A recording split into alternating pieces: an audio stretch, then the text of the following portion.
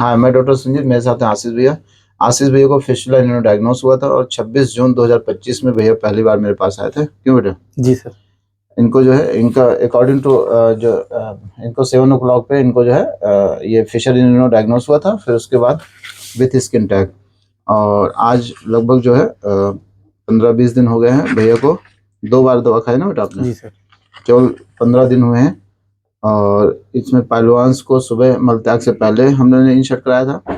जैसे कि हम लोग यहाँ बताते हैं, सुबह मलत्याग के पहले ये जो आपका लाइफ स्टाइल और जो डाइट है यही फॉलो कराते हैं। और भैया से सुनेंगे कि इनको 1 हफ्ते में या 2 हफ्ते में कितना इनको रिलीफ मिला है। जो कट था वो पूर्ण रूप से हील हो गया है।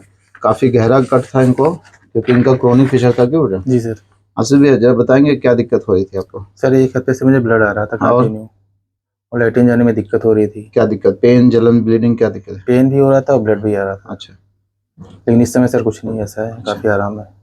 आप सुबह शाम तक कैसे इसकी केयर करते हैं? क्योंकि देखिए, पाइल्स हो या फिशर हो, इसका दवा से ज़्यादा इसका जो सबसे ज़्यादा असर आता है वो है इसकी साफ सफाई और जो इसका केयर सुबह जैसे मॉर्निंग से पहले ऑयलिंग करना। कैसे आप इसका केयर करते हैं? सर केयर करते हैं, रात में खाना खाने के बाद में सोने के समय में वही ऑयल ला लेते हैं 3 बार। हाँ, फिर उसके बाद में जो हील करने के लिए लगा है वो भी लगाता हूँ। क्या अरे ऑइंटमेंट्स। ऑइंटमेंट लगाते हैं? फिर और सर उसके बाद मॉर्निंग में लैट्रिन जाते समय फिर भी 3 ml वही ऑयल डाल देता हूँ। जी, उसके बाद सिकाई करते हैं कि नहीं करते हैं? सिकाई भी से करते हैं। ठीक है। तो फिशर में क्या है, आपको जो इसका इलाज होता है, इसका इलाज 3 पार्ट में डिवाइड करते हैं हम लोग। 33% डाइट, 33% आपका ऑयलिंग और सीड्स बाथ, और 33% आपका मेडिसिन। यानी अगर आप कोई औषधि भी नहीं खाते हैं तो आप लगभग 60 से 66 66% आप केवल इसको ऐसे ही मैनेज कर सकते हैं विद द हेल्प ऑफ। यहाँ आना बेटा पास। देखिए क्या होता है, फिशर होता क्या है?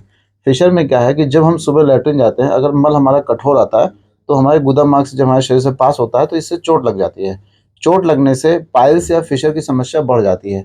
अगर वही मल हमारा मुलायम है यानी सॉफ्ट है, तो जो कि दोबारा उस पर चोट नहीं लगेगी, तो आपको जो पाइल्स या फिशर है वो अपने आप धीरे धीरे क्या हो गए, वो सबसाइड कर जाएंगे।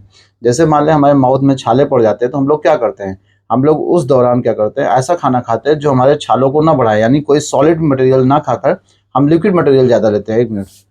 तो क्या होता है कि मल को कठोर नहीं रखना है। मल कठोर अगर आएगा तो चाहे जितनी दवा, अच्छी से अच्छी दवा खा लीजिए, आपका फिशर या पाइल्स में आराम मिलेगा ही नहीं मिलेगा। तो सबसे पहला टारगेट करें कि आपका मल बिल्कुल मुलायम है। अब मुलायम लैट्रिन आने के लिए सबसे ज़्यादा जरूरी है आपका डाइट, आपकी दिनचर्या, और आप चिंता नहीं करिए। क्योंकि आप चाहे अच्छा खाना खा लो, चाहे अच्छी दिनचर्या कर लो, अगर आप चिंता करते हैं यानी एंजाइटी है, डिप्रेशन है, क्रोध है, शोक है, तब भी आपका मल कठोर हो जाएगा। तो पहले तो डाइट, 70% डाइट।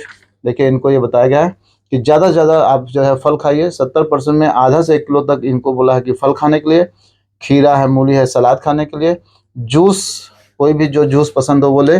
बस ध्यान रखना है कि अगर डायबिटिक पेशेंट है तो बहुत मीठे वाले फल नहीं खाने हैं, बहुत मीठा वाला जूस नहीं पीना है। मूंग की खिचड़ी, 1 आध 2 चम्मच देसी घी के साथ रात में। नॉनवेज, पनीर, अमरूद स्पेशली हम लोग मना करते हैं। और देखिए हर लोग कहते हैं कि अमरूद खाइए, पपीता खाइए, जबकि हम लोग इसको मना करते हैं। इसका जबकि मैंने बहुत कम से कम 15 मिनट के वीडियो में इसका इसको मैंने पूरा एक्सप्लेन किया है कि अमरूद, पपीता पाइल्स और फिशर के मरीज में क्यों नहीं खाना है। मखाना है, किशमिश है, अंजीर, 3 ऐसे ड्राई फ्रूट्स होते हैं जिनको भिगो के खाने से हमारा जो है मल सॉफ्ट होता है। बाकी इसमें काजू, बादाम, अखरोट ये सब नहीं खाना होता है, क्योंकि इन तीनों ड्राई फ्रूट्स को भिगोइए और काजू, बादाम, अखरोट को भिगोइए।